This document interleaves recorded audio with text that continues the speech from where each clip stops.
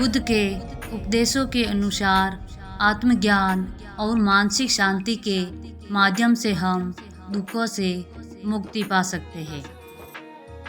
बुद्ध की यह शिक्षाएं आज भी हमें सही मार्ग पर चलने की प्रेरणा देती है।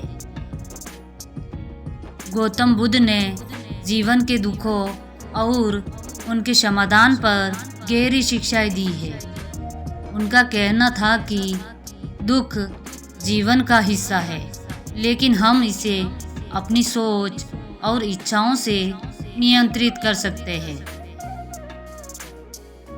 उनके उपदेशों के अनुसार आत्मज्ञान और मानसिक शांति के माध्यम से हम दुखों से मुक्ति पा सकते हैं।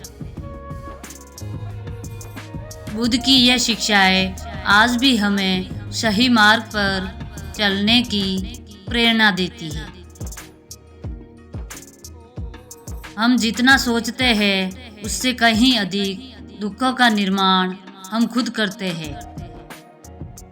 दुख समाप्त होने का नाम नहीं लेता जब तक हम उससे छुटकारा पाने की दिशा में कदम नहीं बढ़ाते। दुख का कारण हमारी इच्छाएं और आसक्तियां हैं। जब हम इन्हें छोड़ते हैं तब दुख समाप्त हो जाता है। जो व्यक्ति अपने मन को नियंत्रित करता है वही सच्चा सुखी है। दुख को जानना ही सुख की राह है, क्योंकि जब आप दुख को समझते हैं तब ही आप उसे पार कर सकते हैं। हमारे भीतर जो शांति है वह किसी बाहरी चीज पर निर्भर नहीं है। जिस व्यक्ति ने स्वयं को नियंत्रित किया है वह किसी भी परिस्थिति में दुख नहीं अनुभव करता। जब तक हम खुद को नहीं बदलते तब तक हम कभी वास्तविक सुख की प्राप्ति नहीं कर सकते। हमारे विचार ही हमारे जीवन को आकार देते हैं, इसलिए हमेशा सकारात्मक सोचें। दुख केवल तब होता है जब हम किसी चीज से जुड़ते हैं।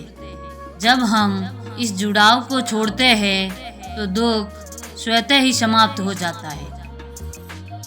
कुछ लोगों को ऊंचाई पर पहुंचने की इतनी जल्दी होती है कि छोटे लोगों के हाथ पकड़ने की बजाय बड़े लोगों के पांव पकड़ना पसंद करते हैं। गरीबों का मजाक नहीं उड़ाना चाहिए, क्योंकि गरीब होने में वक्त नहीं लगता।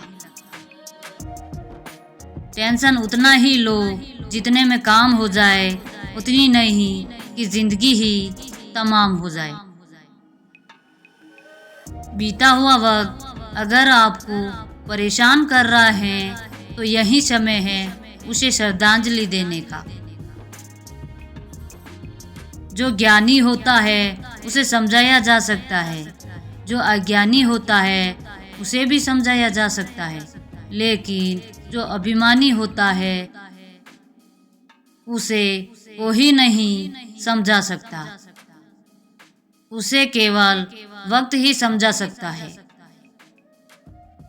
संसार में मनुष्य एकमात्र प्राणी है जिसका जहर उसके शब्दों में है। इज्जत इंसान की नहीं होती, जरूरत की होती है। तो जरूरत खत्म तो इज्जत खत्म।